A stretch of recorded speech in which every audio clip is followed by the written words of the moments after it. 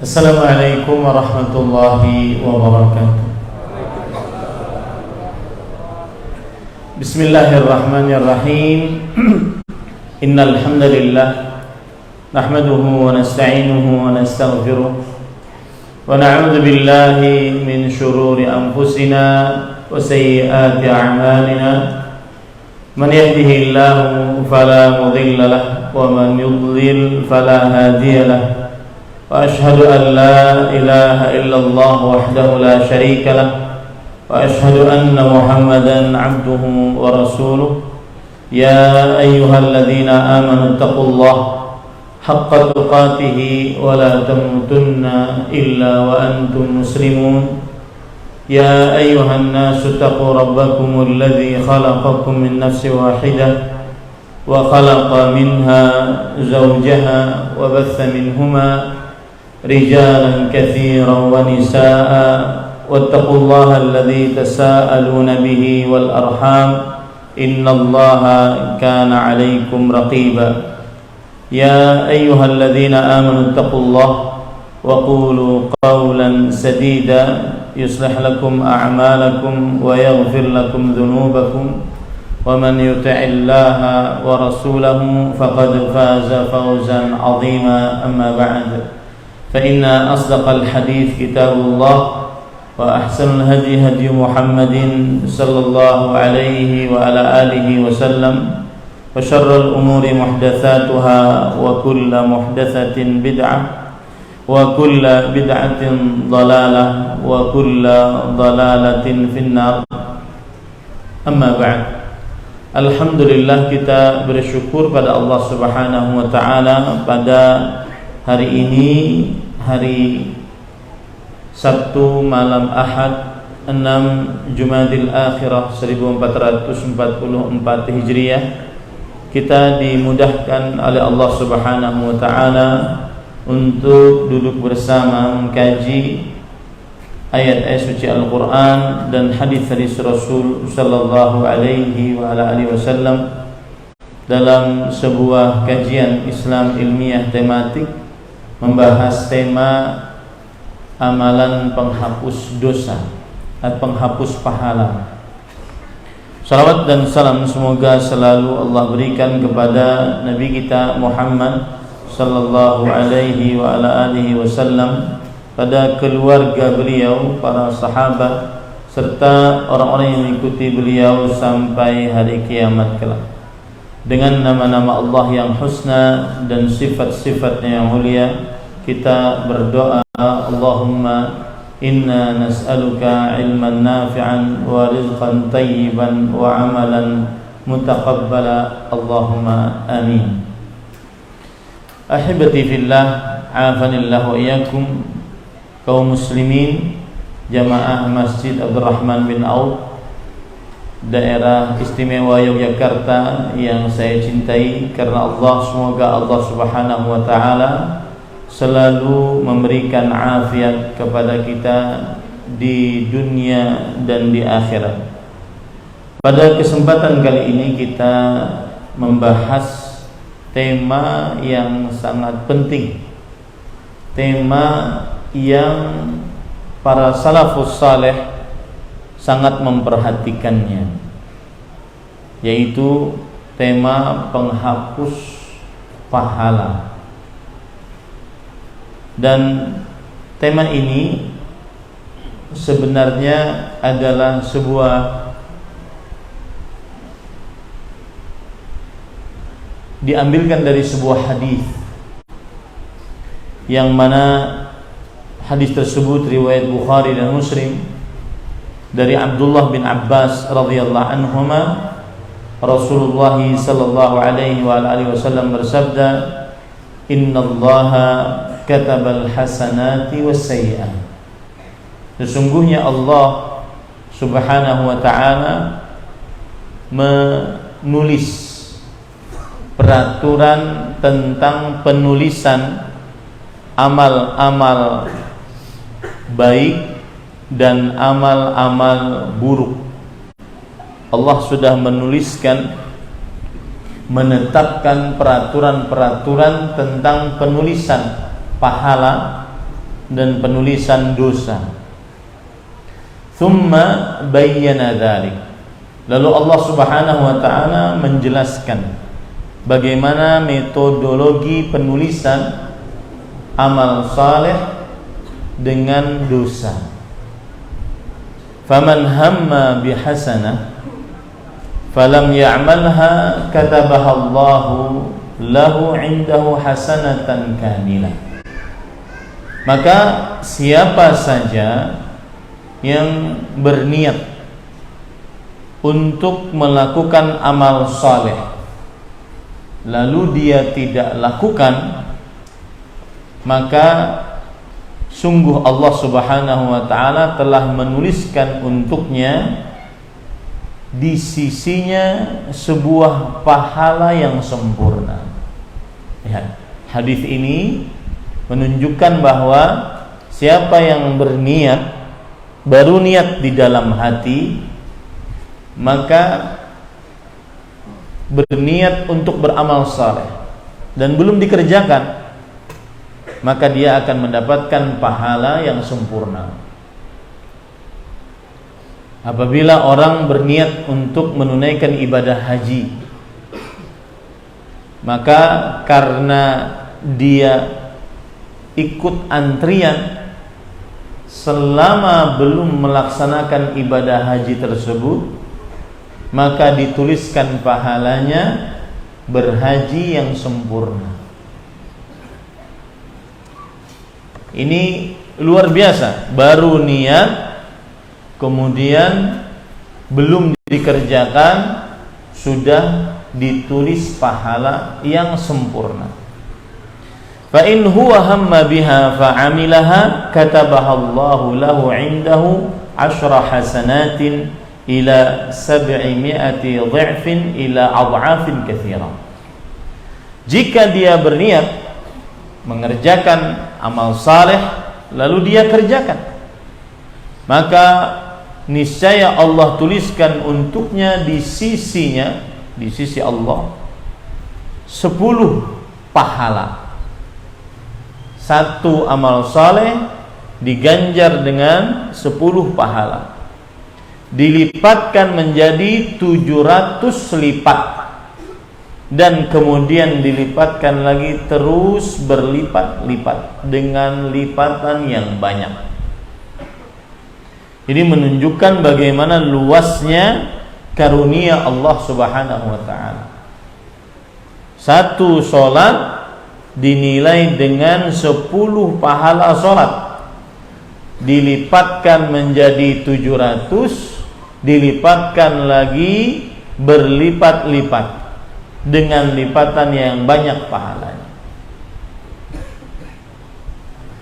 Wa man hamma bi sayyi'atin falam ya'malha katabaha Allahu lahu 'indahu hasanatan kamilah. Ini lebih luar biasa lagi.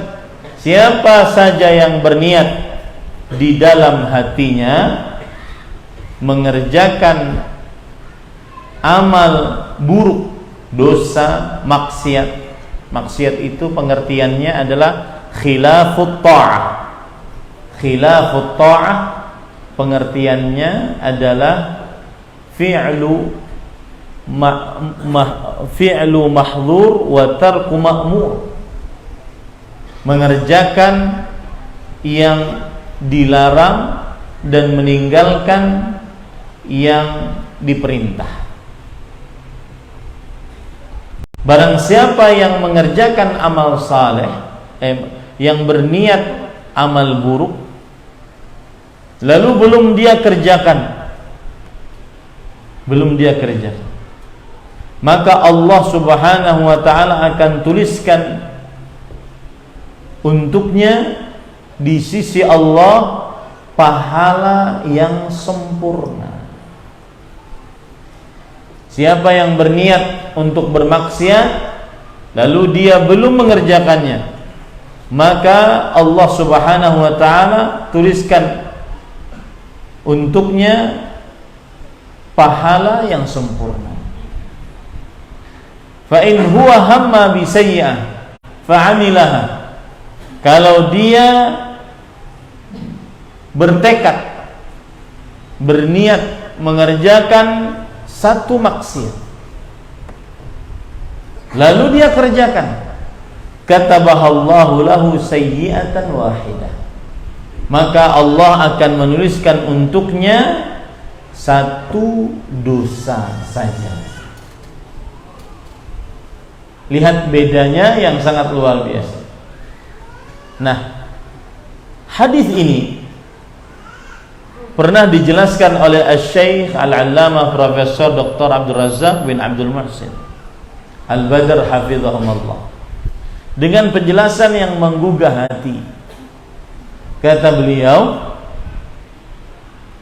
hadis ini semestinya seorang muslim bagaimanapun tingkatan keimanannya, pasti pahalanya lebih besar dibandingkan dosanya. Kenapa? Baru satu niat amal soleh ditulis pahala amal soleh yang sempurna. Jika dikerjakan amal soleh yang diniatkan tadi, maka dia mendapatkan 10 pahala dari amal soleh, lalu dilipatkan menjadi 700, dilipatkan terus berlipat-lipat. Kalau dia berniat maksiat dosa, maka tidak jadi mengerjakannya, dituliskan pahala yang sempurna lagi. Beda dengan kalau dia bermaksiat, berniat bermaksiat, lalu dia kerjakan, cuma ditulis satu dosa. Lihat, bandingkan dengan 3 ini dengan 1 ini. Semestinya pahalanya banyak. Bagaimanapun sedikit amal ibadah orang tersebut, pahalanya tetap banyak. Hanya berniat, ya Allah, saya berniat, mudah-mudahan Masjid Abdurrahman bin Auf selesai, dan saya yang berniat akan membiayainya. Itu ditulis pahala. Ditulis pahala, sempurna pahalanya. Belum beramal. Makanya yang miskin-miskin minimal niat. Ini udah miskin gak niat, ya. Yang miskin-miskin amalannya niat. Catat tuh baik-baik. Yang miskin amalannya niat agar bisa bersedekah sebagaimana yang diluaskan rezekinya oleh Allah Subhanahu wa taala kepada orang-orang yang diluaskan. Nah, yang jadi masalah di sini adalah semestinya bagaimanapun amal ibadah orang tersebut, pahalanya di akhirat pasti lebih banyak. Tapi mengapa ketika ditimbang dosanya lebih banyak? Ini yang jadi masalah. Berarti di sana ada penghapus pahala yang menyebabkan amal-amal saleh tersebut tidak berpahala. Maka inilah mengapa kita bahas tema kali ini, yaitu amalan penghapus pahala. Karena sebagian orang maghrur, tertipu dengan apa yang sudah dia amalkan.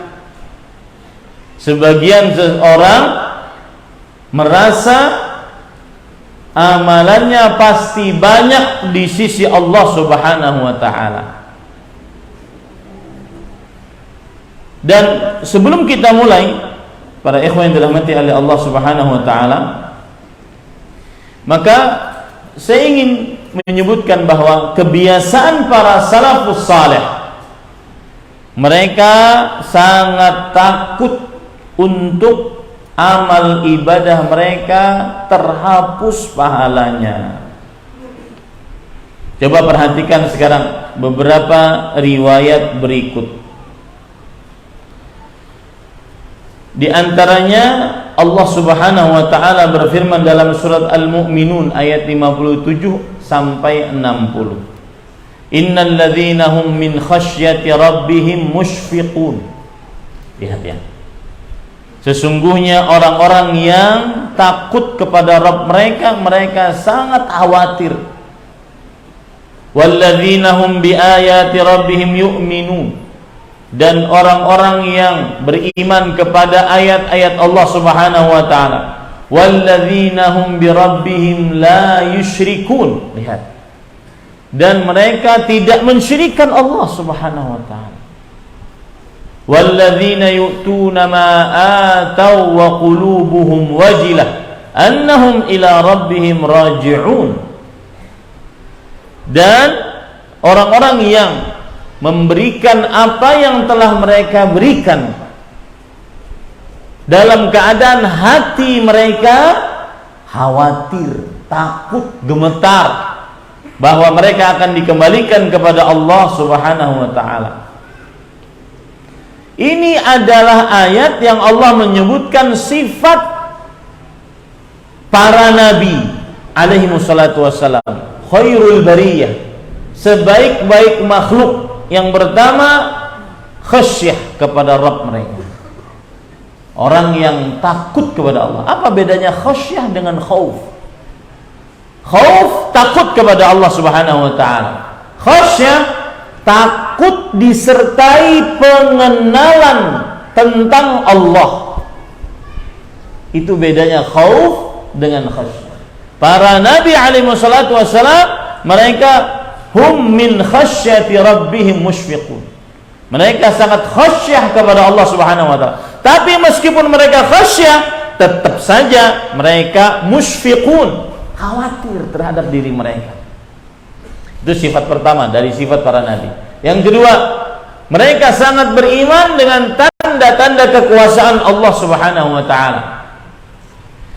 Yang ketiga, mereka tidak mensyirikkan Allah dalam ibadah. Yang keempat, apa yang mereka lakukan, mereka takut kepada Allah karena mereka akan dikembalikan kepada Allah Subhanahu wa taala. Ini 4 sifat yang Allah sebutkan tentang sifat para nabi alaihi wassalatu wassalam. Nah, Aisyah radhiyallahu anha, saking berilmunya Aisyah, beliau bertanya, ini orang-orang yang bersedekah tapi takut. Orang-orang yang melakukan amalan tetapi hati mereka takut kepada Allah, bahwa mereka akan dikembalikan kepada Allah. Kata Aisyah radhiyallahu anha wa ardhaha, humul ladzina yashrabuna al-khamra wa yasrifun. Wahai Rasulullah, mereka-kah orang-orang yang disebutkan dalam ayat tadi yang minum minuman memabukkan dan mencuri? Kata Rasulullah, la ya bintas Siddiq, tidak wahai anak perempuan Abu Bakar As-Siddiq, walakinnahumul ladzina yasumun wa yusallun wa yatasaddaqun wa hum yakhafuna alla yutaqabbala minhum ulaika alladzina yusari'una fil khairat. Akan tetapi mereka adalah orang-orang yang puasa, salat, sedekah, dan mereka khawatir tidak diterima amal ibadah dari mereka. Mereka lah orang-orang yang bersegera dalam kebaikan. Jadi amal yang banyak tidak menjadikan seseorang merasa aman dari dosa. Amal yang banyak tidak menjadikan seseorang merasa bangga dengan pahala. Ini kebiasaan para ulama salafus salih. Ini para ikhwan yang dirahmati oleh Allah Subhanahu wa taala. Lihat, salafus saleh yang paling pertama mengerjakan amalan ini, takut amal tidak diterima, adalah Nabi Ibrahim alaihissalam. Ketika Allah Subhanahu wa taala menceritakan tentang Nabi Ibrahim, saat Nabi Ibrahim membangun kembali Ka'bah. Wa idh yarfa'u Ibrahimul qawa'ida minal baiti wa Ismail Rabbana taqabbal minna innaka antas sami'ul alim. Dan ingatlah ketika Nabi Ibrahim dan Ismail alaihissalam membangun kembali pondasi-pondasi Ka'bah. Kemudian mereka berdoa, wahai Rabb kami, terima dari kami amalan-amalan kami. Perhatikan baik-baik. Kata Imam Ibnu Baz rahimahullah, dua orang yang mulia mengerjakan amalan yang mulia, membangun kembali Ka'bah di tempat yang mulia, masih saja khawatir dirinya amalnya tidak diterima oleh Allah Subhanahu wa taala. Buktinya berdoa, Rabbana taqabbal minna. Ya Allah, terima dari kami. Ini menjadi pelajaran bagi kita bahwa kita harus khawatir amal-amal saleh kita terhapus pahalanya disebabkan amalan-amalan yang menghapuskan pahala. Ini para ikhwah yang dirahmati oleh Allah Subhanahu wa taala. Lihat lagi perkataan dari Abdullah bin Ubaidillah bin Abi Mulaikah. Beliau seorang tabi'i terpercaya, ahli fikih. Adraktu 30 min ashabin Nabi sallallahu alaihi wasallam kulluhum yakhafun nifaqa ala nafsi. Aku mendapati sekitar 30 sahabat Rasul sallallahu alaihi wasallam. Ibnu Abi Mulaikah namanya, seorang tabi'i, mendapati 30 sahabat Rasul sallallahu alaihi wasallam. Seluruh dari mereka khawatir kemunafikan atas diri mereka. Ma minhum ahad yaqul innahu ala imani Jibril wa Mikail. Tidak pernah ada seorang pun dari para sahabat Nabi yang mengatakan bahwa iman saya seperti iman Jibril dan Mikail. Karena mereka khawatir terhapus pahala mereka. Jadi kekhawatiran terhapus pahala ini adalah salah satu gaya hidup para sahabat. Makanya sekarang kita amalnya harus naik kelas, naik grade, bukan hanya sekedar beramal, akan tetapi bagaimana amalnya diterima oleh Allah Subhanahu wa taala.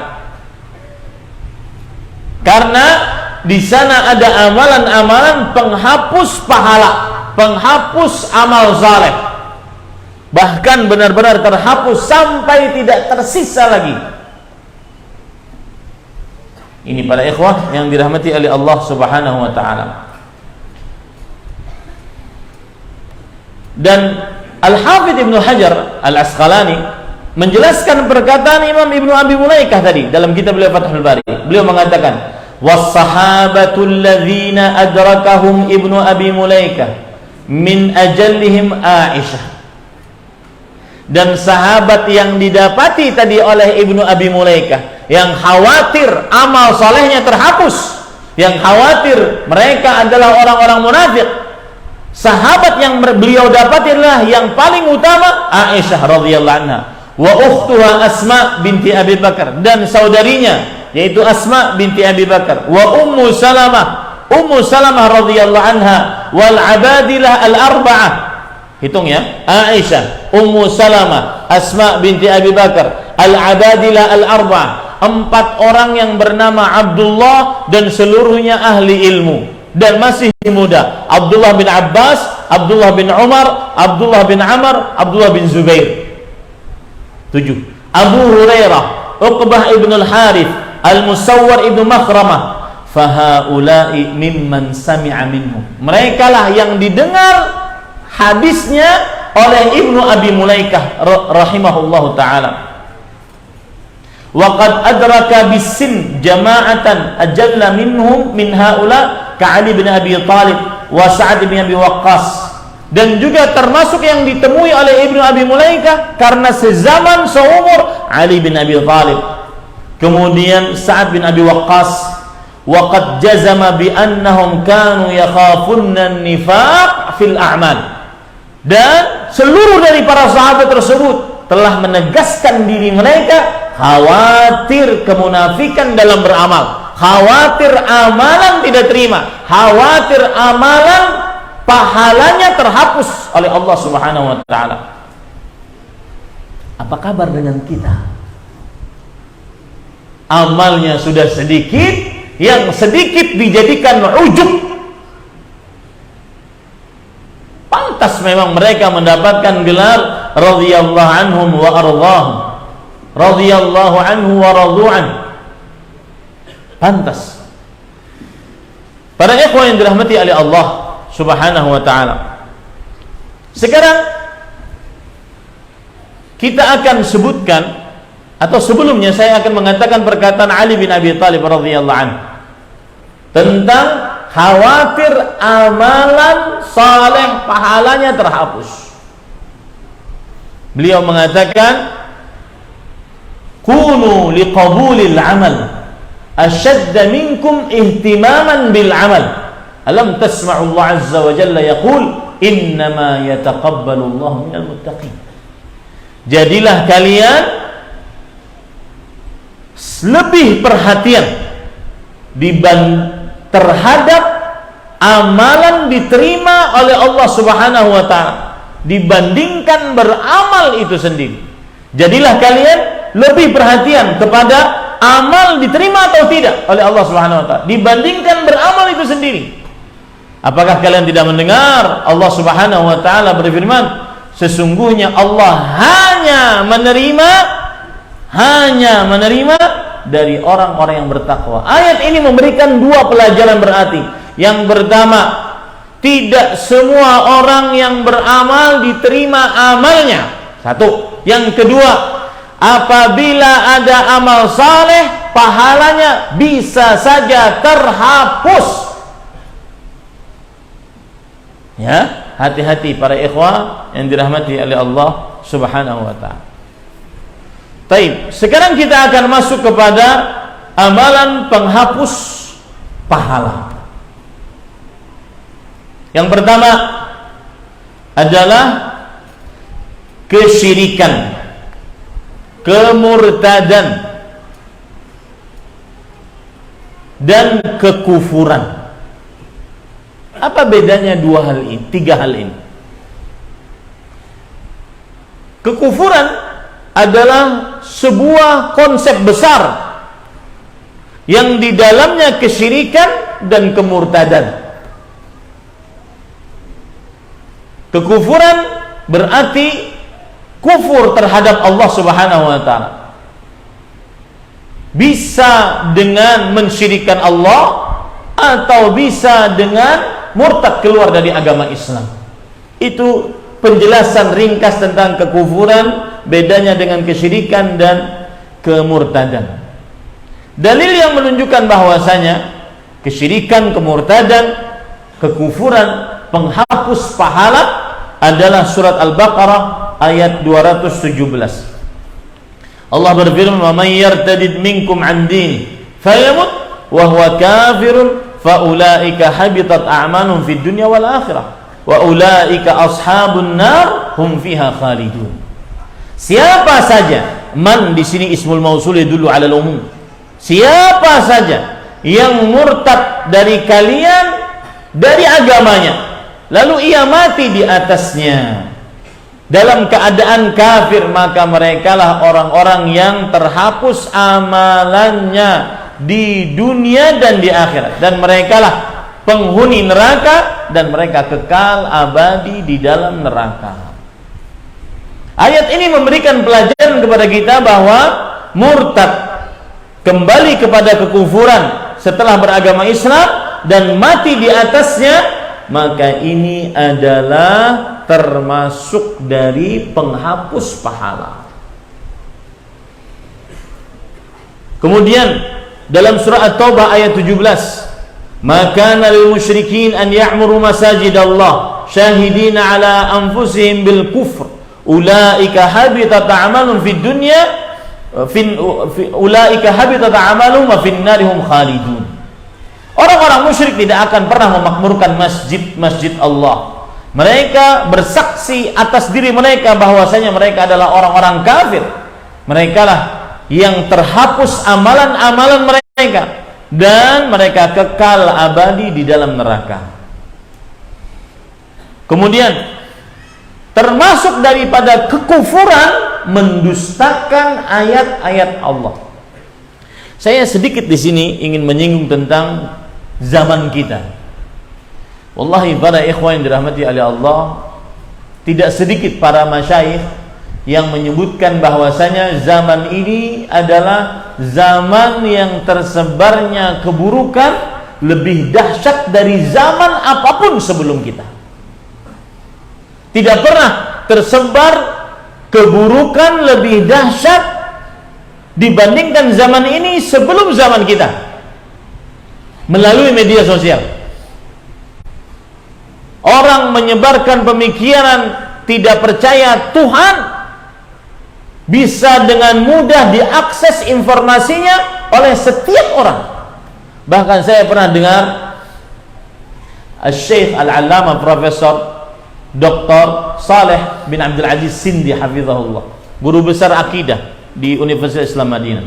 Beliau mengatakan baru-baru ini bahwasanya kita persis sekali di zaman yang disebutkan oleh Rasulullah sallallahu alaihi wasallam dalam hadis sahih riwayat Muslim, badiru bil a'mal fitanan ka qita'il lailil mudlim yusbihu ar-rajulu mu'minan wa yumsi kafiran wa yumsi mu'minan wa yusbihu kafiran yabi'u dinahu bi'aradi min ad-dunya. Bersegeralah kalian beramal sebelum datang fitnah, sesuatu yang menghantarkan kepada kehancuran. Dan musibahnya fitnah ini kaqita'il lail mudhim, seperti lipatan-lipatan pada malam gelap gulita. Ini kalau seandainya tidak ada listrik, kita akan gelap gulita. Seperti itu, ada sesuatu yang dilipat. Itulah fitnah-fitnah yang bisa menghantarkan kepada kehancuran. Pagi hari dia beriman, sore hari kafir, sore hari beriman, pagi hari kafir, karena menjual agamanya untuk mendapatkan dunia. Kata beliau mengomentari hadis ini, di zaman sekarang saking mudahnya mengakses informasi yang buruk, bukan hanya sekedar maksiat, syahwat, tetapi juga yang lebih dahsyat, syubhat. Anak-anak kecil, dan bila berbicara tentang orang-orang di Arab Saudi, anak-anak kecil berbicara tentang meragukan adanya Allah Subhanahu wa taala, keberadaan Allah yang merupakan fitrah manusia. Kullu mauludin yuladu 'alal fitrah, setiap bayi yang terlahir dilahirkan di atas fitrah. Fitrahnya apa? Dalam surat Ar-Rum Allah berfirman, fa'aqim wajhaka lid-din hanifa fitratallah allati fatara an-nasa 'alaiha la tabdila khalqillah. Maka tegakkanlah wajahmu untuk agama Allah secara lurus. Itulah fitrah yang Allah fitrahkan atasnya manusia. Mengakui Allah itu ada, maha kuasa, itu fitrah manusia. Hanya orang-orang yang sombong yang tidak percaya tentang adanya Allah Subhanahu wa taala dan kekuasaannya. Tetapi di zaman sekarang berkaitan dengan ini, ya, kekufuran, kemusyrikan, kemunafikan, maka zaman sekarang orang sangat mudah mengakses informasi. Dan saya pesan, jangan sering-sering nonton debat antara mantan pendeta, mantan ustadz. Tidak ada buat kita untuk sesuatu manfaat yang begitu besar. Lebih baik belajar rukun Islam dengan dalil-dalilnya, dengan segala permasalahannya, rukun iman dengan dalil-dalilnya, dengan segala permasalahannya. Ini para ikhwan yang dirahmati oleh Allah. Karena kita tidak tahu kapan syubhat itu takhtifu qulubana, kapan syubhat itu menyambar hati kita. Kita tidak tahu. Jangan pernah mendengar syubhat, para ikhwan yang dirahmati oleh Allah Subhanahu wa taala. Lihat ayat ini yang menunjukkan bahwa termasuk daripada kekufuran adalah mendustakan ayat-ayat Allah Subhanahu wa taala. Dan di zaman sekarang mengakses pendustaan terhadap ayat-ayat Allah sangat mudah. Imam Ibnu Qayyim rahimahullah berkata dalam kitab beliau Tariqul Hijratain, al-fitnatu fitnatan. Godaan yang bisa menghantarkan manusia kepada kehancuran itu ada dua. Yang pertama fitnatus syubhat, godaan syubhat, wa hiya a'zamul fitnatain. Dan dia adalah godaan yang paling dahsyat daripada dua godaan ini, syubhat. Kemudian beliau mengatakan wa sababuha taqdimul hawa, taqdimul aql 'ala syara'. Sebabnya syubhat mengedepankan akal, logika, perasaan, hawa nafsu dibandingkan syahwat, dibandingkan syariat, afwan. Ini para ikhwan dirahmati. Kemudian beliau mengatakan wa ma'aluha ilal kufri wan nifaqi wasyirk, dan mengakibatkan kepada kemunafikan, kesyirikan dan kekufuran. Allah berfirman dalam surah Al-A'raf ayat 147, walladzina kadzdzabu biayatina wa liqa'il akhirah habitat a'maluhum hal yujzauna illa ma kanu ya'malun. Orang-orang yang mendustakan ayat-ayat kami dan pertemuan di akhirat, maka terhapus amalan-amalan mereka. Maka apakah mereka akan diberikan pahala? Tidak akan diberikan pahala kecuali atas apa yang telah mereka perbuat. Silahkan azan dulu. Belum. Baik. Kemudian para ikhwan yang dirahmati oleh Allah Subhanahu wa taala, lihat lagi ayat yang lain termasuk kekufuran, yaitu surat Muhammad ayat 34. Allah Subhanahu wa taala berfirman, innal ladzina kafaru wa saddu an sabilillah thumma matu wa hum kuffar falan yaghfirallahu lahum. Sesungguhnya orang-orang kafir dan menghalangi dari jalan Allah. Ini bentuk kekufuran. Orang yang menghalang-halangi manusia dari jalan Allah bentuk kekufuran. Maka kalau mereka mati dalam keadaan demikian, maka Allah tidak akan mengampuni dosa-dosa mereka. Terhapus amalan mereka. Lihat lagi ayat-ayat yang lain yang berkaitan dengan kesyirikan, khusus untuk kesyirikan ini. Di antaranya surah Az-Zumar ayat 65. Walaqad uhiya ilaika wa ilal ladzina min qablik la in asyrakta la yahbatanna 'amaluk wa la takunanna minal khasirin. Sungguh kami telah wahyukan kepada engkau dan orang-orang sebelum engkau, wahai Muhammad sallallahu alaihi wasallam, jika engkau melakukan kesyirikan, maka sungguh akan terhapus amalmu. Para Nabi Muhammad sallallahu alaihi wasallam dan para nabi sebelumnya, kalau melakukan kesyirikan, terhapus amalnya. Dan para ikhwan yang dirahmati oleh Allah Subhanahu wa taala, kesyirikan yang dimaksud baik itu syirik akbar atau syirik asghar, penghapus pahala. Bedanya syirik akbar penghapus seluruh pahala.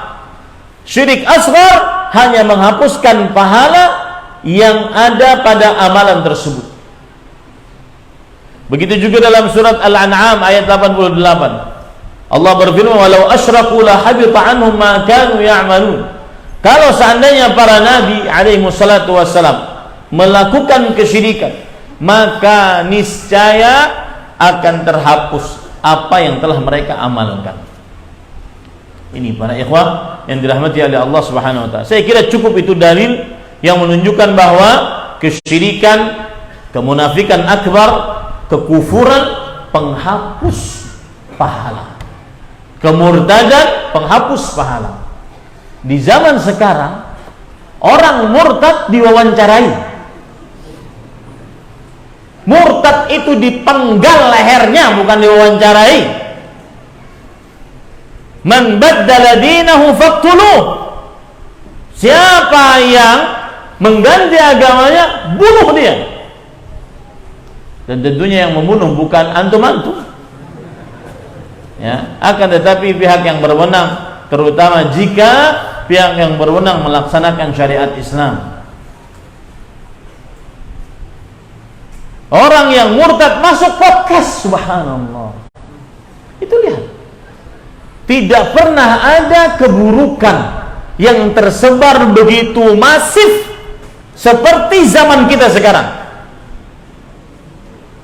dengan adanya media sosial. Ini para ikhwan yang dirahmati oleh Allah Subhanahu wa taala. Baik, amalan yang kedua yang menghapuskan pahala yaitu riya. Apa pengertian riya? Para ikhwan yang dirahmati oleh Allah Subhanahu wa taala. Saya akan bacakan pengertian dari para ulama. Di antaranya yang disebutkan oleh Imam Asy-Syatibi dalam kitabnya Al-Muwafaqat, kemudian juga oleh Imam Ibnu Hajar Al-Haytami dalam kitabnya Az-Zawajir an Iqtirafil Kabair. Riya adalah an yudhhira al-insanu al-'amala as-saliha lil akharin aw yuhassinahu 'indahum liyamdahuhu wa ya'dhuma fi anfusihim.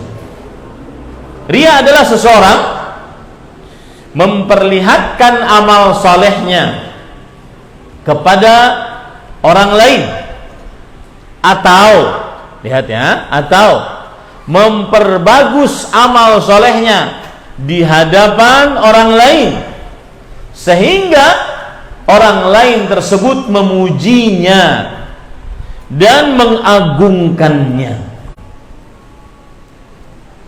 Dan para ulama rahimahullah ta'ala menyebutkan penyebab riya minimal ada dua, sebagaimana dikatakan oleh Imam Ibnu Qayyim rahimahullah. Beliau mengatakan la yastami'u al-ikhlas wa mahabbatun nas wa at-tam'i fima 'inda an-nas fil qalbi al-'abdi illa kama yastami'u al-ma'u wan-nar. Tidak akan terkumpul keikhlasan dengan cinta kepada pujian dan menginginkan hadiah dari manusia, kecuali seperti terkumpulnya api dan air. Tidak akan mungkin. Keikhlasan tidak akan mungkin terkumpul dalam hati seorang hamba dengan suka pujian dan suka hadiah. Ini adalah penyebab riya. Suka pujian, suka hadiah. Dengan cara bagaimana? Memperlihatkan amal salehnya atau memperbagus amal salehnya tersebut di hadapan manusia. Potret-potret riya. Wa ma aktsaraha fi hadzal zaman. Alangkah banyaknya di zaman sekarang ini. Yaitu ar-riya bil amal, riya dengan amalan. Seperti seorang yang salat memperpanjang ruku' dan sujudnya untuk dipuji atau diberi hadiah. Adapun sekedar memperpanjang ruku' dan sujud, maka tidak disebut riya. Tetapi untuk supaya dipuji dan supaya diberi hadiah, maka ini riya. Karena kalau seandainya sekedar memperpanjang sujud dan memperpanjang ruku', maka Maryam alaihissalam beliau memperpanjang ruku' dan sujud. Disebutkan dalam tafsir Imam Ibnu Katsir, sajadat hatta kharajat min ainaihi al-ma'ul asfar. Saking lamanya Maryam sujud, keluar dari kedua matanya air kuning. Saking lamanya sujud. Tetapi tentunya beliau bukan karena riya. Silahkan azan dulu.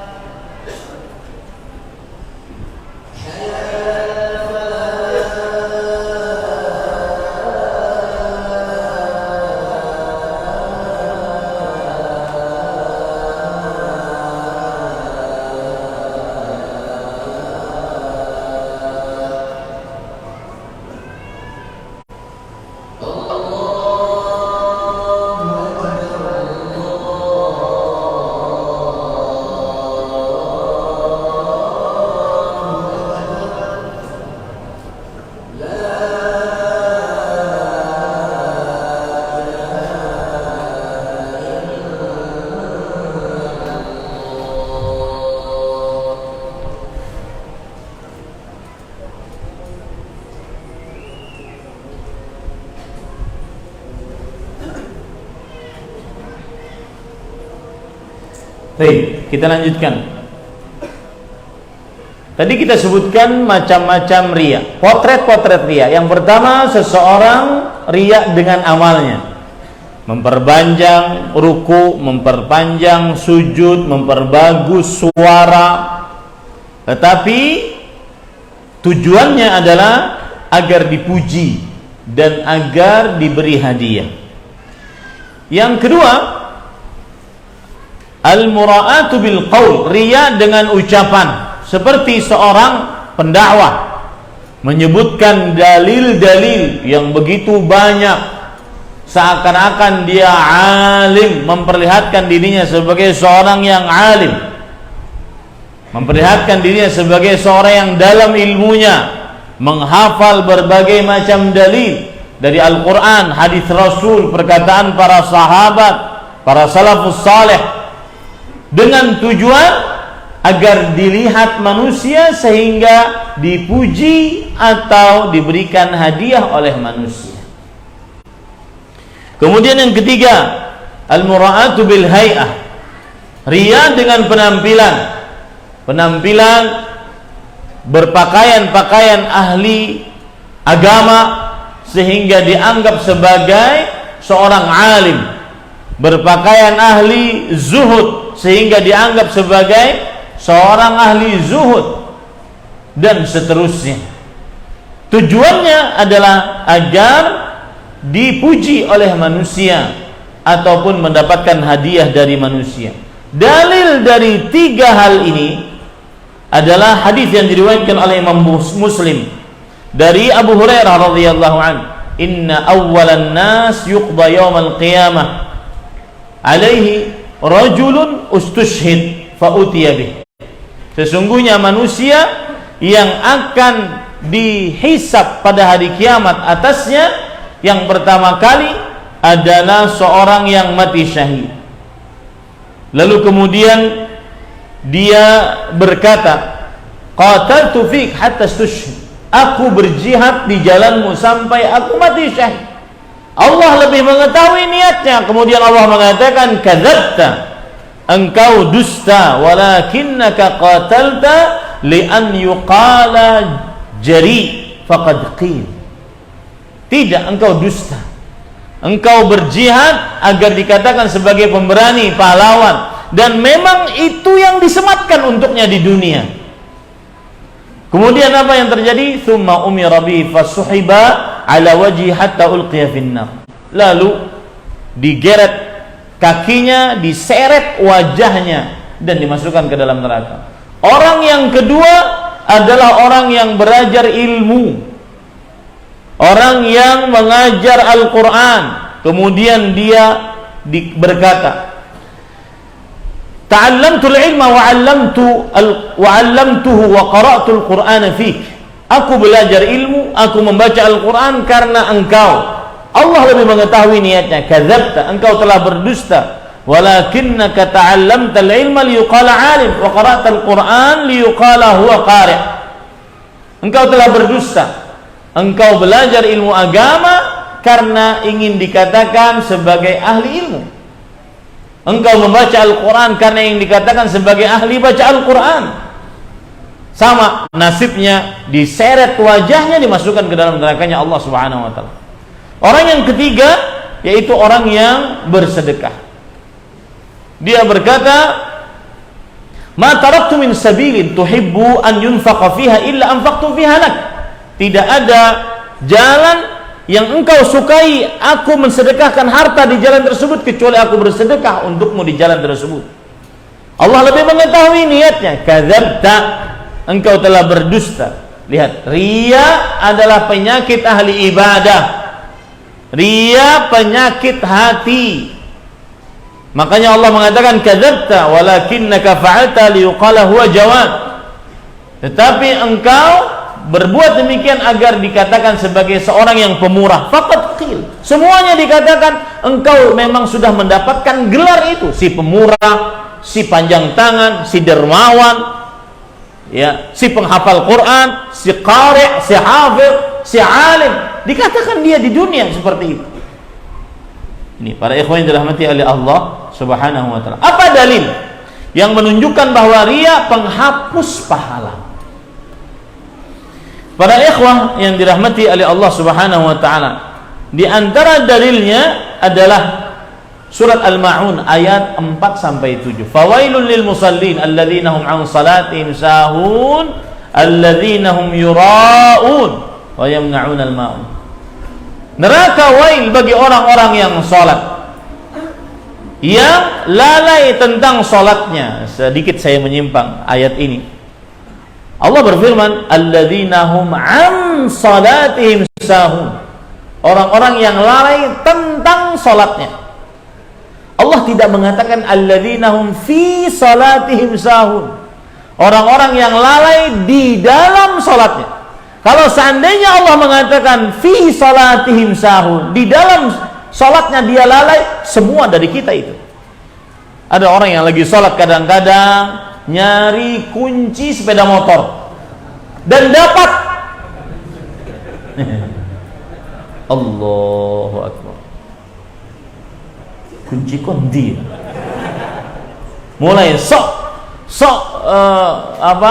wibawa. Nggak enak. 2, 3 nggak dapat. Mulai pikirannya selama sholat nyari. Oh, sepertinya tadi jatuh di bawah meja. Setelah salam dia cari di bawah meja, ketok. Dapat. Berarti dia sholat sambil nyari kunci. Ibu-ibu sholat sambil meracik bumbu. Allahu Akbar. Sepertinya petsinnya kurang. Setelah sholat dia rasain benar.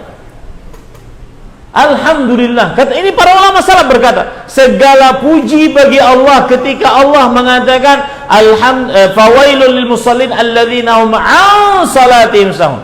Orang-orang yang lalai tentang salatnya. Allah tidak berfirman alladzina hum fi salatihim sahun. Orang-orang yang lalai di dalam salatnya. Maka arti tentang di sini adalah berkaitan dengan waktu salat. Makanya silakan cek tafsir Imam Ibnu Katsir. Yang dimaksud dengan lalai tentang salatnya adalah yang tidak mengerjakan salat sama sekali. An fi'liha bil kulliyah, tidak mengerjakan salat sama sekali. Ini penafsiran pertama dari Abdullah bin Abbas radhiyallahu anhu. Yang kedua, an fi'liha ahyanan. Kadang salat, kadang tidak. Ini lalai tentang salatnya. An fi'liha fil waqtil muqaddari laha syar'an, mengerjakan salat di luar waktu yang sudah disyariatkan. Yang keempat, inilah yang berkaitan dengan orang munafik.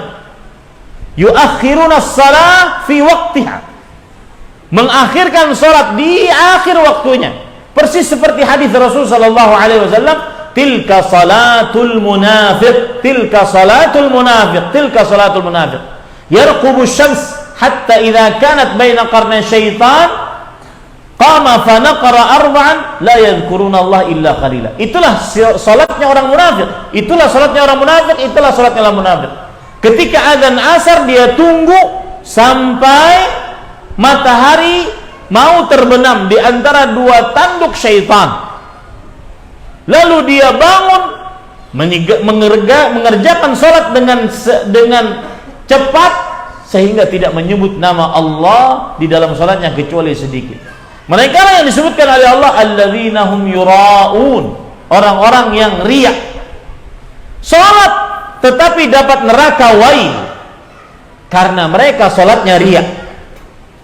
Tidak salat kecuali karena ingin dilihat atau kemudian dipuji atau mendapatkan hadiah. Ya. Riya intinya ingin dilihat agar dipuji atau mendapatkan hadiah. Dan itulah sifatnya orang-orang munafik. Mereka tidak salat kecuali karena ingin dilihat agar dipuji atau ingin dilihat agar diberi hadiah oleh manusia. Dan sedikit menyimpang tentang salat, beritahukan kepada keluarga yang masih belum salat. Fawailun lil musallin, neraka wail bagi orang-orang yang salat, yaitu orang-orang yang tidak salat sama sekali, atau kadang sholat kadang tidak, atau sholat di luar waktu tanpa ada alasan syar'i, atau sholat di akhir waktu tanpa ada alasan syar'i. Beritahukan kepada mereka ini bahwa wail itu adalah neraka, jenis neraka yang namanya wail. Apa tafsirannya? Ditafsirkan oleh Abdullah bin Abbas radhiyallahu anhuma, wail adalah wadin fi jahannam ba'idul qa'ri khabithut ta'mi, lembah jurang di dalam neraka jahannam yang dalam dan baunya busuk. Kalau Anda masuk sebuah ruangan semakin dalam, maka untuk bernapas semakin sulit, ditambah dengan bau yang busuk, itulah wail. Abu Iyad rahimahullah, seorang ahli tafsir generasi salaf, juga mengatakan wail adalah wadin fi jahannam min qaih wa dam, lembah dalam neraka jahannam isinya adalah muntahan para penghuni neraka jahannam dan juga darah-darah para penghuni neraka jahannam. Beritahukan kepada mereka yang masih tidak sholat sama sekali tetapi mengaku muslim, kadang sholat kadang tidak, atau sholat di luar waktu tanpa sebab syar'i, atau mengakhirkan sholat tanpa sebab syar'i, karena akan mendapatkan wail, belum lagi mendapatkan ghaib. Fakhalafa min ba'dihim khalfun adha'us salah wattaba'us syahawat fasawfa yalqawna ghayya. Akan ada orang-orang pengganti yang buruk yang melalaikan sholat dan mengikuti syahwat. Mereka di akhirat akan mendapatkan ghai. Ghai adalah wadin fi jahannam law suyyirat ma'ahul jibal lama'at, jurang dalam neraka jahannam, dimasukkan gunung di dalamnya, gunungnya akan meleleh. Saya tanya kepada antum semua, gunung terbuat dari apa? Batu-batuan, tumpukan batu-batu yang kecil. Tidak pernah ada di dunia ini yang lebih keras daripada batu, mengalahkan baja, mengalahkan batu, mengalahkan baja. Makanya Allah menyebutkan, "Tsumma qasat qulubuhum min ba'di dzalik fahiya kal hijarah." Kemudian hati orang-orang kafir ahli maksiat membatu, mengeras, maka dia mengeras seperti batu. Kenapa disebutkan batu? Karena batu simbol kekerasan, tidak pernah meleleh. Tetapi ketika dimasukkan batu ke dalam neraka ghai, akan meleleh. Itu menunjukkan apa? Saking panasnya. Itu sedikit menyimpang dari tema kita. Kemudian para ikhwan yang dirahmati oleh Allah, dalil yang lain, riya menghapuskan pahala. Surah Al-Baqarah ayat 264. Dan subhanallah ya, Shadaqallahul azim, Allah maha benar dengan firman-Nya. Perkataan ini bukan kita berarti membenarkan firman Allah, akan tetapi kita melihat memang yang disebutkan oleh Allah ternyata benar, ada di hadapan kita. Perihal sedekah di zaman media sosial, di zaman yang orang ingin beramal, ingin dilihat agar dipuji atau diberi hadiah, ya, disebutkan oleh Allah dalam Al-Quran tentang sedekah, ada kaitannya dengan riya.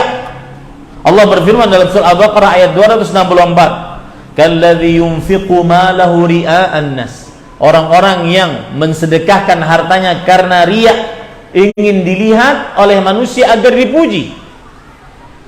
Wala yu'minuna billahi wal yawmil akhir. Mereka ini tidak beriman kepada Allah dan hari akhir. Famathaluhu, perumpamaan mereka yang riya dengan sedekahnya. Ya, kadang-kadang HP-nya diletakkan di situ, kemudian pura-pura bersedekah. Apalagi sekarang suaranya bisa dibawa kemana-mana agak jauh. Ya.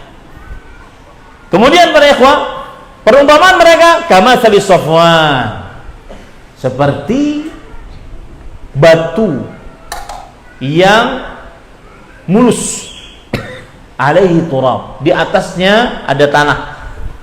Fa asabahu wabil, ada pasir di atasnya, batu mulus ada pasir, lalu terkena air hujan, fatarakahu salda, lalu air hujan tersebut menghilang menghilangkan semua pasir yang ada di atas batu tersebut. Begitulah orang yang bersedekah riya. La yaqdiruna ala syai'in mimma kasabu. Mereka tidak mendapatkan apapun yang telah mereka amalkan. Wallahu la yahdil qaumal kafirin. Allah tidak memberi petunjuk kepada orang-orang yang kafir. Maka hati-hati para ikhwan yang dirahmati oleh Allah Subhanahu wa taala, meskipun bersedekah boleh dengan diperlihatkan, meskipun mungkin niat memperlihatkan, ingin mengajak orang lain bersedekah, tetapi jagalah hatimu. As-salamah la ya'diluha syai'. Keselamatan tidak ada yang menandinginya. Dan para ikhwan yang dirahmati oleh Allah, selain sedekah, orang yang sering riya di dalam amalnya adalah orang yang sholat. Disebutkan oleh Rasul sallallahu alaihi wasallam dalam hadis riwayat Imam Ibnu Majah, "Ala ukhbirukum bima huwa akhwafa alaikum 'indi minal Masiihid Dajjal." Maukah aku beritahu ke kalian tentang sesuatu yang lebih dahsyat dibandingkan Al-Masih Ad-Dajjal. Dajjal itu, Pak, godaan paling terbesar yang pernah ada di atas muka bumi. Dajjal memiliki neraka, nerakanya Dajjal, surganya Allah. Dajjal memiliki surga, surganya Dajjal, nerakanya Allah. Dajjal sanggup mengeluarkan semua kekayaan yang ada di atas muka, dari dalam tanah. Dajjal sanggup menurunkan hujan. Dajjal sanggup menghidupkan orang yang mati. Dajjal banyak, sangat dahsyat godaannya. Tapi ada yang lebih dikhawatirkan oleh Rasulullah SAW dibandingkan Dajjal. Apa itu wahai Rasulullah? Asyirkul khafi, syirik yang tersembunyi. Bagaimana contohnya? An yaqumar rajul fayusalli fayuzayyinu salatahu lima yara min nadhari rajul. Seseorang salat, lalu dia perbagus salatnya karena dia mengetahui ada yang melihat salatnya. Ini para ikhwan yang dirahmati oleh Allah Subhanahu wa taala. Dan saya pernah mendengar cerita, kalau tidak salah ini yang bercerita adalah Syekh Al-Allamah Profesor Dr. Abdul Razak bin Muhsin. Ada orang di Masjid Nabawi, beliau waktu itu datang lagi berduduk membaca Al-Quran, lalu ada orang datang ke Masjid Nabawi, beberapa orang, kemudian sholat. Dan yang anehnya bukan sholat, langsung duduk tasyahud. Lalu dimulai sesi pemotretan, sebelah kanan, sebelah kiri. Selesai sesi pemotretan, keluar. Ini kata beliau riyaknya ikhlas. Ya, bismillah. Maka hati-hati para ikhwah dengan media-media sosial. Baik. Kemudian para ikhwan yang dirahmati oleh Allah Subhanahu wa taala, kita lanjut. Termasuk daripada amal yang menghapus pahala adalah mendustakan takdir. Dalam hadis Rasul sallallahu alaihi wasallam yang diriwayatkan oleh Imam Ibnu Abi Asim dalam kitabnya Sunnah, Imam At-Tabarani dalam kitabnya Mu'jamul Kabir, dari Abu Umamah Al-Bahili radhiyallahu anhu, Rasul sallallahu alaihi wasallam bersabda, "Thalathatun la yaqbalullahu minhum sarfan wala adla." 3 orang yang tidak diterima oleh Allah Subhanahu wa taala amal wajib atau amal saleh, terhapus pahalanya. Yang pertama, durhaka pada kedua orang tua. Yang kedua, mannan, menyebut-nyebut pemberian. Yang ketiga, mukadzibun bil qadar, mendustakan takdir. Yang ingin saya tekankan di sini, poin ketiga adalah mendustakan takdir. Bagaimana orang mendustakan takdir? Mendustakan takdir yaitu dengan cara satu, meyakini bahwa tidak ada takdir. Allah belum menetapkan takdir bagi makhluk. Tidak ada penulisan di dalam kitab Lauhul Mahfuz 50.000 tahun sebelum penciptaan langit dan bumi. Ini para ikhwan yang dirahmati oleh Allah Subhanahu wa taala. Dan inilah yang dikatakan oleh Abdullah bin Umar radhiyallahu anhuma ketika mendengar ada orang-orang dari Irak yang menolak takdir. Maka Abdullah bin Umar radhiyallahu anhuma mengatakan, "Idza laqita ulaik fa akhbirhum anni bari'un minhum." Jika kalian bertemu dengan orang-orang yang tidak percaya takdir tadi, maka beritahukanlah bahwa aku berlepas diri dari mereka. Wa annahum bura'u minni, dan mereka berlepas diri dariku. Walladzi yahlifu bihi Abdullah ibnu Umar law anna li ahadin mithla Uhudin dhahaban fa anfaqahu ma qabila Allah minhu hatta yu'mina bil qadar. Demi jiwa Abdullah bin Umar yang berada di tangannya, itu demi Allah beliau bersumpah, jikalau salah seorang dari mereka yang mendustakan takdir berinfak, bersedekah sebesar gunung Uhud emas, bersedekah emas sebesar gunung Uhud. Emas sebesar gunung Uhud itu, saya pernah minta hitungkan, itu sekitar 18,89 miliar ton gunung Uhud. Maka jangan remehkan para ikhwah sholat jenazah, karena pahalanya besar. Man shalla ala janazah falahu qirat wal qirat bimithli Uhud. Siapa yang bersolati jenazah maka dia akan mendapatkan pahala sebesar pahala satu qirat. Satu qirat itu semisal dengan gunung Uhud. Ya, salat jenazah jangan menunggu amplop. Salatlah jenazah, pahalanya besar. Kata Abdullah bin Umar, kalau mereka bersedekah emas sebesar gunung Uhud, maka Allah tidak akan menerima dari mereka sampai beriman dengan takdir. Sampai beriman dengan takdir. Itu yang ketiga. Yang keempat, meninggalkan sholat asar. Rasul sallallahu alaihi wa alihi wasallam bersabda, "Man taraka salatal asri habita amaluh." Siapa yang meninggalkan sholat asar, maka terhapus pahalanya. Terhapus pahalanya. Yang kelima, mendahului hukum daripada Allah Subhanahu wa taala. Sering memponis orang tidak mungkin si fulan diampuni, tidak mungkin dia masuk Islam, tidak mungkin dia masuk surga, pasti neraka, dan seterusnya. Dalam hadis riwayat Imam Muslim, anna rajulan qala, ada seseorang yang berkata, wallahi la yaghfirullahu li fulan, demi Allah, Allah tidak akan mengampuni si fulan. Maka Allah berfirman, man dzalladzi yata'alla alayya, siapa yang berani mendahului aku, berani meninggi di atasku, alla aghfira li fulan, sehingga dia menghukumi aku tidak mengampuni untuk si fulan. Qad ghafartu li fulan wa ahbattu amalak, sungguh aku telah ampuni dosa si fulan dan aku hapuskan amal salehmu.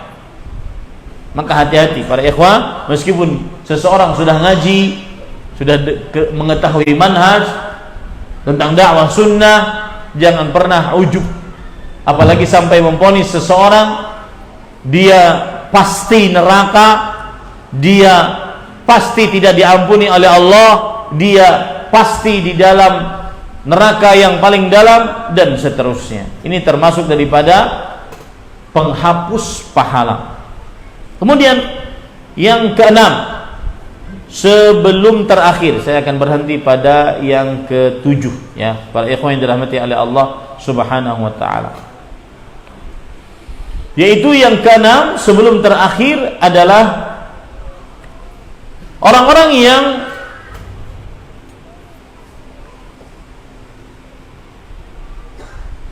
mengangkat suaranya lebih daripada suara Rasulullah sallallahu alaihi wasallam.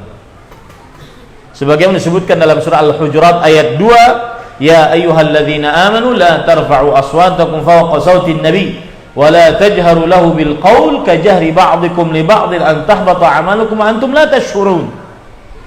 Wahai orang-orang yang beriman, janganlah kalian angkat suara kalian di atas suara Nabi, dan janganlah kalian mengeraskan suara untuknya seperti kalian mengeraskan sebagian kepada sebagian yang lain.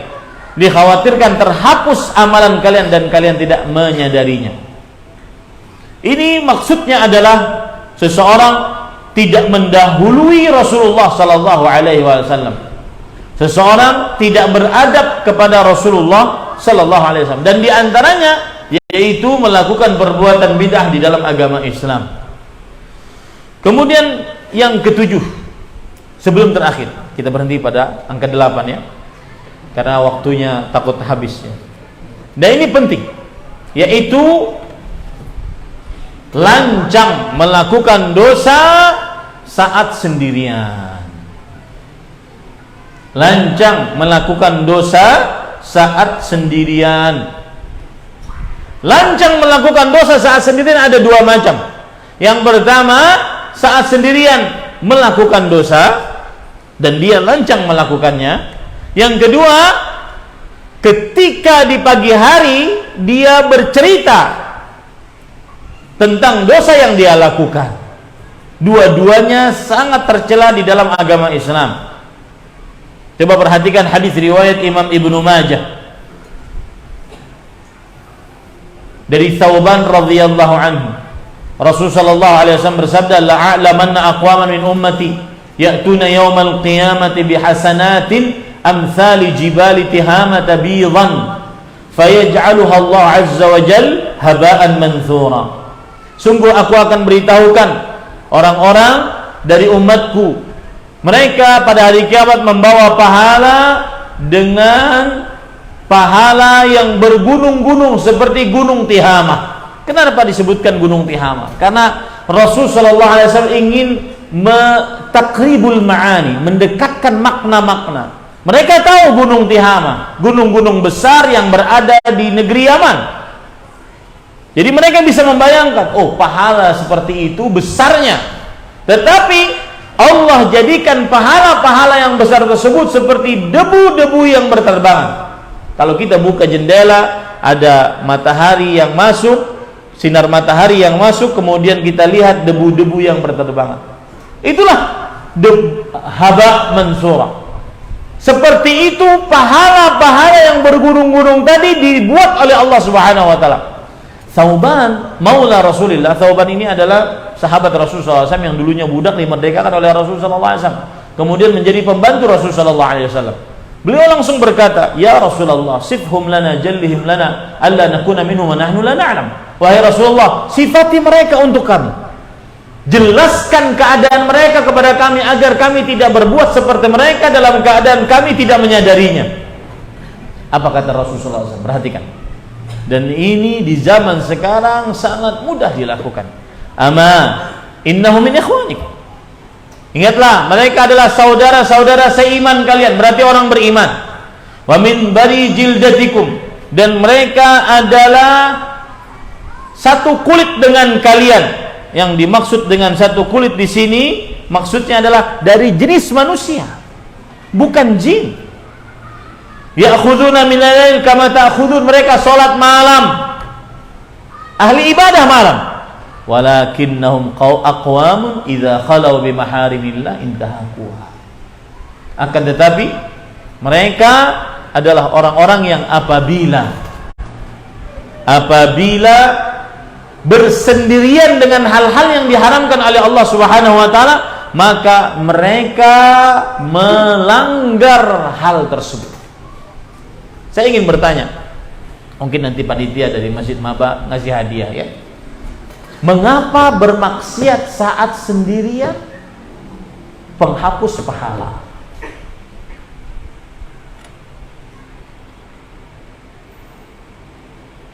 Nah,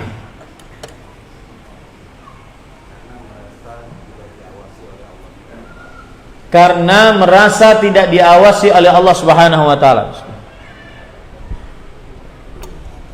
Berarti maksudnya orang yang bermaksiat saat sendirian berarti seakan-akan dia meniadakan, lihat bahayanya, meniadakan sifat al-basar was-sama' wal-ilm lillah azza wa jalla. Mengapa pelaku maksiat saat sendirian dihapuskan pahala karena seakan-akan dia menghilangkan sifat, mengingkari sifat Allah, sifat pendengaran, sifat penglihatan, sifat ilmu bagi Allah. Allah nggak lihat, maksiat aja terus.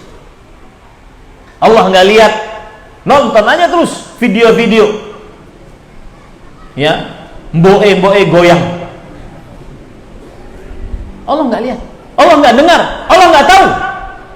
Akibat dia seakan-akan dia meniadakan sifat Allah inilah, akhirnya dia masuk ke dalam jurang kekufuran, akhirnya dia dihapuskan dosanya, meskipun dia tidak kafir. Paham? Ini yang pertama. Yang kedua, kasih hadiah nanti ya. Yang kedua, nah, mengapa bermaksiat saat sendirian? Dia termasuk daripada penghapus pahala. Nah, karena dia lebih takut kepada manusia bukan kepada Allah Subhanahu wa taala. Kepada manusia, yastakhfuna minan nas, disebutkan dalam Al-Qur'an, mereka menyembunyikan dari manusia. Wala yastakhfuna minallah wa huwa ma'ahum idh yubayyitun ma la yarda minal qaul. Dan tidak menyembunyikan di hadapan Allah Subhanahu wa taala, padahal Allah bersama mereka dengan ilmunya. Allah mengetahui apa yang mereka perbuat, apa yang mereka lakukan.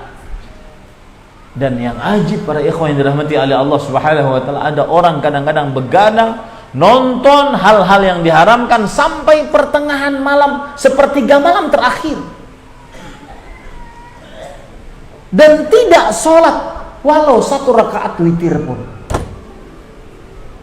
Lancang, sangat lancang. Makanya ada perkataan Bilal bin Sa'ad, beliau mengatakan, la tanzur ila sigharil ma'siyah walakin inzur ila 'azamati man 'asait. Jangan engkau lihat kepada kecilnya sebuah maksiat, akan tetapi perhatikanlah bagaimana besarnya, agungnya zat yang engkau maksiati, Allah Jalla fi'ula. Perkataan para ulama salaf juga mengatakan, la taj'alillah ahwanan nadhirina ilaih. Jangan engkau jadikan Allah zat yang paling hina melihatmu. Kalau di hadapan manusia ditutup rapat, tetapi di hadapan Allah dibuka lebar-lebar, seperti zat yang paling hina melihat dia. Tidak ada nilainya di sisi dia.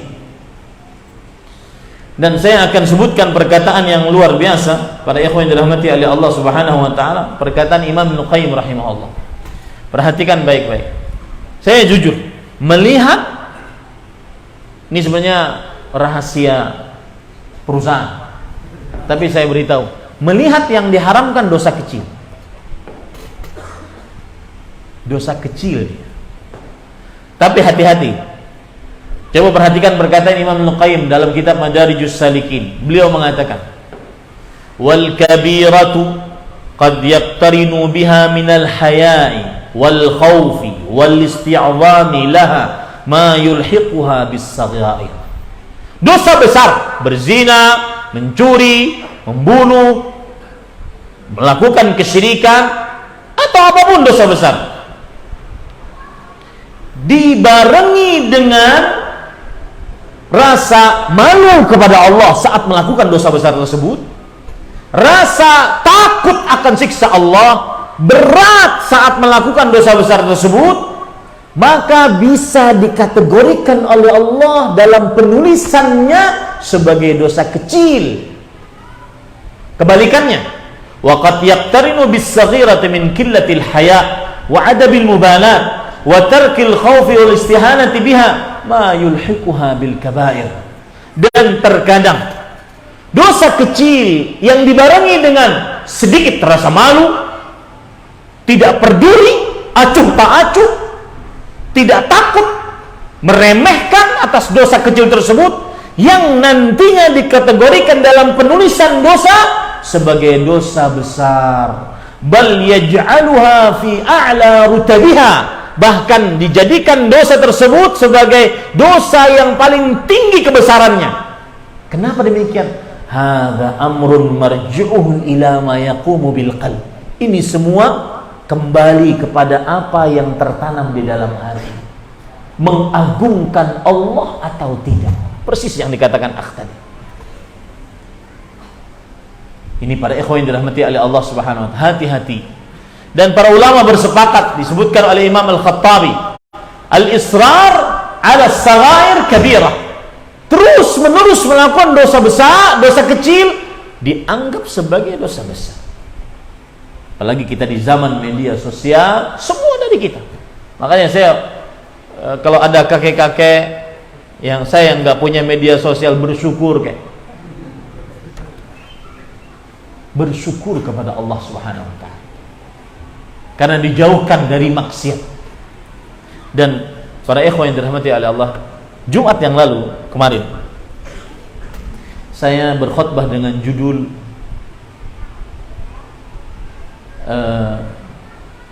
agar semangat beribadah. Antum tahu penyebab semangat beribadah apa? Tinggalkan maksiat. Al-Hasan Al-Basri rahimahullah, seorang ulama tabi'i, ditanya oleh seseorang, "Ya Aba Ali," wahai Abu Ali, Al-Hasan bin Al-Yasar Al-Basri, yang bertemu dengan Abu Hurairah, yang bertemu dengan pembesar-pembesar sahabat. "Mali la aqumul lail." Kenapa aku nggak bisa bangun malam? "Abitu mu'afa," nih perhatikan nih. Aku tidur dalam keadaan sehat walafiat. Tidur sehat. Uiddu wudu'i. Aku siapkan sudah untuk bangun malam. Aku sudah berniat. Apa kata Al-Hasan Al-Basri? Thaqilatka dzunubuk. Dosa-dosamu memberatkan. Wallahi para ikhwah, tinggalkan maksiat. Niscaya seseorang akan dimudahkan oleh Allah untuk mengerjakan ibadah-ibadah kepada Allah Subhanahu wa taala.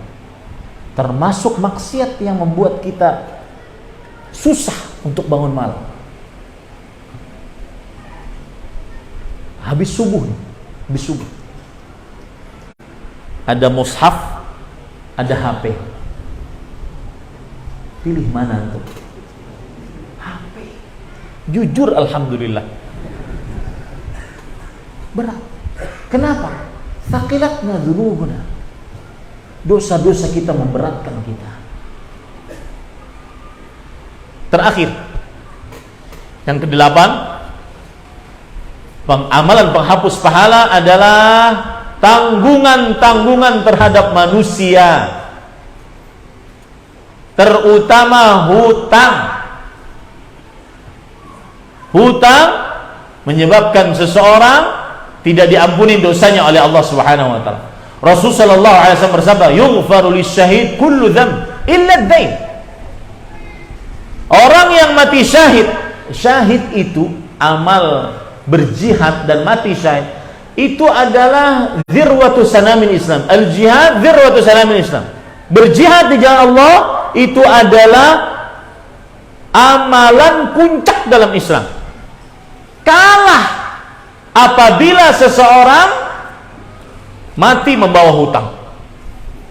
Maka perhatikan para ikhwan yang dirahmati Allah.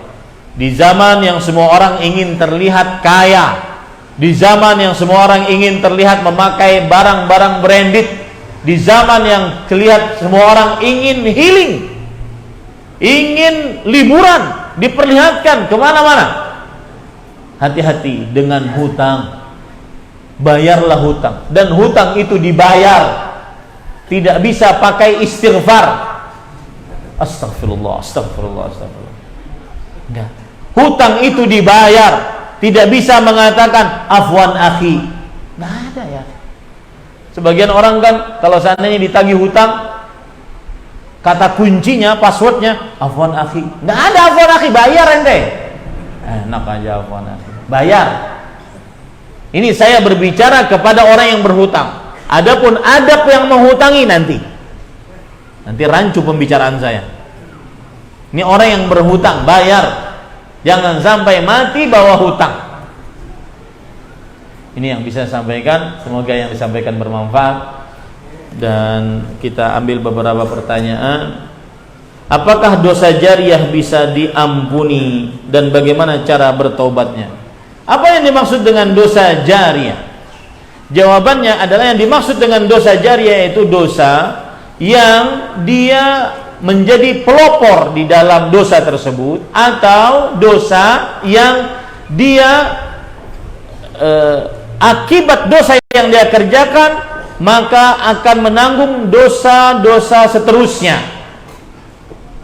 Seperti misalkan cerita Qabil yang menjadi pembunuh pertama di atas muka bumi disebabkan hasad dengan Habil. Maka Rasulullah SAW bersabda, la tuqtalu nafsun zulman illa kana ala bani Adam al-awwal kiflan min damiha li'annahu man sanna al-qatl. Tidaklah senyawa terbunuh secara kezaliman kecuali anak Adam yang pertama, Qabil, akan menanggung dosa dari darah tersebut karena dia mencontohkan pembunuhan secara kezaliman. Cara bertobatnya, para ikhwan yang dirahmati Allah, dia harus bertobat dengan ikhlas hanya karena Allah, kemudian menyesal atas perbuatan dosanya, kemudian memutuskan dosa tersebut, kemudian dia bertekad untuk tidak mengulangi lagi perbuatan dosa tersebut. Yang selanjutnya dia kemudian bertobat pada sebelum mati atau sebelum kiamat. Yang keenam, kalau seandainya ada hak-hak orang lain yang ada pada diri dia, dia kembalikan atau dia minta halal. Yang jadi masalah adalah apabila dengan dosanya tersebut dia terus menanggung dosa karena akibat kelakuannya orang-orang bermaksiat. Maka yang seperti ini dia wajib cara bertobatnya dia umumkan bahwa apa yang saya lakukan itu tidak benar, saya berhenti darinya dan saya berlepas diri dari perbuatan tersebut, sehingga dia berlepas dari dosa-dosa yang terus dia bawa sampai hari kiamat. Wallahu a'lam. Apakah durhaka kedua orang tua bisa menghapus pahala kita selama ini? Jawabannya adalah seperti yang sudah kita sebutkan tadi. Termasuk orang yang terhapus pahalanya adalah durhaka kepada kedua orang tua. Dan para ikhwan yang dirahmati oleh Allah Subhanahu wa taala, tidak ada dosa yang ingin Allah segerakan siksanya di dunia selain durhaka kepada kedua orang tua. Di antaranya dosa itu. Maka saya sering mendengar nasihat kawan saya karena Allah, Al-Ustaz Al-Fadhil Dr. Abu Abdul Muhsin Firanda Andirja hafizahullah, hati-hati dengan durhaka, hancur hidup. Durhaka hancur hidup. Ya, sabarlah dengan keadaan orang tua. Sabarlah dengan keadaan orang tua. Wallahu a'lam. Saya santri dari salah satu pondok pesantren yang mempelajari ilmu teknologi, hukum memahami Al-Qur'an tanpa belajar tafsir serta tanpa dalil-dalil yang lain. Saya bingung dikarenakan salah satu ustadz di sana menekankan untuk memahami Al-Qur'an dengan cara tersebut. Maka jawabannya tidak akan pernah paham. Karena tidak akan pernah paham kita memahami Al-Qur'an dengan kecuali dengan tafsiran-tafsiran para ulama rahimahullah. Di sini saya ingin mengingatkan, kita ini dakwah salaf, as-salafiyun, dituduh dengan tuduhan keji dan fitnah. Ustadz-ustadz dakwah salaf sering mengajak, ayo kembali kepada Al-Quran dan Sunnah. Kemudian tuduhan kejinya adalah bahwa ajakan ini mengajak orang untuk tidak menggunakan pemahaman para ulama dalam Al-Quran dan Sunnah. Ini fitnah keji. Paham maksud saya? Pernah dengar yang seperti itu di media sosial? Ini fitnah keji dan harus disanggah. Tidak ada ajakan yang lebih mulia kecuali ajakan kepada Al-Quran dan Sunnah. Innama qala al-mu'minin idza du'u ila Allahi wa rasulihi. Sesungguhnya ucapan orang-orang beriman jika diajak kepada Allah, Al-Quran, dan kepada Rasul SAW. Jadi ajakan kepada Al-Quran dan Sunnah itu adalah ajakan Al-Quran. Dan ketika seseorang mengajak, ayo kembali kepada Al-Quran dan Sunnah, bukan berarti meninggalkan perkataan para ulama. Karena tidak akan mungkin bisa memahami Al-Quran dan Sunnah di luar perkataan para ulama. Tidak mungkin. Ya, tidak mungkin. Tetapi kita mengajak manusia kembali kepada Al-Quran dan Sunnah agar meninggalkan logika, rasio, akal, perasaan, hawa nafsu yang dijadikan sebagai sumber referensi hukum. Tinggalkan ini, kembalilah kepada Al-Quran dan Sunnah. Nanti memahami Al-Quran dan Sunnah, pahamilah dengan perkataan para ulama, para sahabat, para tabi'in, para tabi'ut tabi'in, para imam. Maka tidak akan mungkin bisa memahami Al-Quran tanpa membaca kitab-kitab tafsir. Ya, wallahu a'lam. Kalau saya lebih mengutamakan kebutuhan orang tua dan adik saya, apakah boleh untuk kebutuhan istri dan anak setelah semua kebutuhan orang tua dan adik saya terpenuhi? Orang tua masih menerima gaji PNS. Para ikhwan yang dirahmati oleh Allah Subhanahu wa taala, memang dalil dari Al-Qur'an dan hadis Rasul sallallahu alaihi wasallam adalah lebih mendahulukan orang tua dibandingkan anak istri. Tetapi seorang kepala keluarga dia wajib adil, proporsional. Tidak boleh gara-gara dia berbakti kepada orang tua kemudian menelantarkan anak dan istrinya. Itu intinya. Tetapi secara urutan bagi anak laki-laki yang menjadi suami dan bapak di rumah tangga, dia wajib lebih mendahulukan orang tuanya dibandingkan anak istri. Tetapi dia tidak boleh menelantarkan anak dan istrinya. Wallahu a'lam. Beda dengan anak perempuan. Kalau anak perempuan yang lebih dia dahulukan adalah suaminya. Syekhul Islam Ibnu Taimiyah rahimahullah mengatakan, laisa syai'un a'zama 'alal mar'ati ba'da haqqillahi min zawjiha. Tidak ada sesuatu yang lebih berhak untuk ditunaikan oleh seorang perempuan setelah menunaikan hak Allah dibandingkan hak suaminya. Itu kalau seorang perempuan ibu rumah tangga ataupun istri, maka dia lebih wajib kepada suaminya dibandingkan kepada orang tuanya untuk menunaikan hak-haknya. Wallahu a'lam. Saya baru mulai menggunakan niqab. Saya mau bertanya, apakah batasan menggunakan niqab itu, apakah alis harus tertutup juga dan merupakan aurat? Jawabannya adalah alis tidak harus tertutup, akan tetapi alis merupakan suatu keindahan. Maka lebih baik ditutup.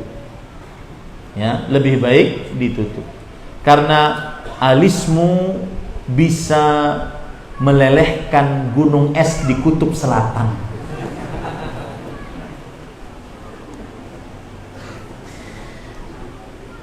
Bagaimanakah cara saya untuk berdakwah kepada ayah dan keluarga yang beragama Nasrani? Saya selama ini berusaha menunjukkan adab dan muamalah yang baik kepada ayah saya. Apakah saya wajib berdakwah dengan mengajak atau diskusi dengan ayah dan bantu doanya? Ustaz, semoga ayah dan keluarga saya diberikan hidayah Islam dan sunnah. Allahumma amin. Dengan nama-nama Allah yang husn, sifat-sifat yang mulia, kita berdoa, Allahumma hdina wasaddidna. Ya Allah, berikanlah petunjuk kepada kita dan selalu bimbinglah kita di dalam kebaikan. Dan kita berdoa kepada Allah, semoga yang bertanya ini bapaknya diberikan hidayah Islam, sebagaimana doa Rasulullah sallallahu alaihi wasallam untuk ibunya Abu Hurairah, Allah mahdi umma Abi Hurairah. Ya Allah, berikanlah petunjuk kepada ibunda Abu Hurairah. Maka kita berdoa, Allah mahdi Abah As-Sa'il. Ya Allah, berikanlah petunjuk kepada yang bertanya ini. Allahumma amin. Kemudian bagaimana cara mendakwahinya? Cara mendakwahinya adalah yang paling utama berdoa kepada Allah. Sebagaimana Nabi Musa alaihissalam ketika ingin berdakwah kepada Fir'aun, berdoa kepada Allah Subhanahu. Rabbi shrah li sadri wa yassir li amri wahlul 'uqdatam min lisani yafqahu qawli. Berdoa, jangan pernah remehkan doa. Bahkan doa sebab syar'i lebih diutamakan dibandingkan sebab kauni. Sebab kauni seperti kita memberikan majalah, kita mendakwahi ke dalam agama Islam, sebab kauni. Tapi doa kita berhubungan dengan Allah Subhanahu wa taala agar Allah memberi petunjuk kepada kedua orang tua agar masuk dalam agama Islam. Maka berdoalah kepada Allah Subhanahu wa taala. Doa menjadikan sesuatu yang mustahil bagi manusia dan sangat mudah bagi Allah Subhanahu wa taala. Nabi Zakaria ketika mengetahui dan menyadari Maryam alaihissalam mendapatkan sesuatu yang mustahil akibat doanya. Beliau mendapatkan makanan musim panas padahal itu musim dingin. Makanan musim dingin padahal itu musim panas. Sebagaimana disebutkan oleh Allah dalam surat Ali Imran. Maka semenjak itu Allah berfirman, "Hunalika da'a Zakaria rabbah." Semenjak itulah Nabi Zakaria berdoa. Ini kalau Maryam alaihissalam, keponakanku, mendapatkan makanan yang mustahil untuk didapat, maka Allah berarti juga bisa mengabulkan sesuatu yang mustahil menurut manusia. Berdoalah kepada Allah. Karena Allah Maha Penguasa, Maha Pencipta, Maha Pengatur. Allah berfirman, "Qala rabbukum ud'uni astajib lakum." Kemudian yang kedua, dakwahkan. Dakwahkan agama Islam yang mulia ini, menyembah hanya kepada Allah semata, beribadah hanya kepada Allah. Kemudian sebarkan kebaikan-kebaikan Islam tanpa harus seperti menggurui. Sebarkan kebaikan-kebaikan Islam. Sering-sering menjelaskan tentang agama Islam tanpa harus seperti menggurui, seperti guru terhadap muridnya. Wallahu a'lam. Kita yang hidup di negara demokrasi, bagaimana hukumnya kita menggunakan hak pilih kita dalam pemilu? Masih lama ini. Nanti ditanya kepada ustadz-ustadz di sini yang lebih berhak untuk menjawabnya. Ya, saya pendatang di sini. Mudah-mudahan yang disampaikan bermanfaat. Kita cukupkan dengan kafaratul majlis. Subhanallah bihamdik asyhadu an la. Sebelumnya tadi di mobil saya dengar bersama kawan-kawan yang jemput saya, jazahumullahu khairan, saya dengar sebuah kajian menarik dari Syekh Al-Allamah Profesor Dr. Abdul Razak bin Abdul Muhsin. Dan ini berkaitan dengan tema kita. Beliau mengatakan, al-jahlu qad yutlaqu ala adamil ilm wa qad yutlaqu ala adamil amali bil ilm. Kebodohan itu kadang disebut ketika seseorang tidak berilmu. Orang tidak berilmu disebut bodoh. Tapi jangan lupa, kebodohan juga kadang disebutkan saat seseorang tidak mengamalkan ilmu yang sudah dia ilmui. Kebodohan disebut sebagai orang yang tidak berilmu. Bisa juga kebodohan adalah disebut sebagai orang yang tidak beramal atas apa yang sudah diilmui.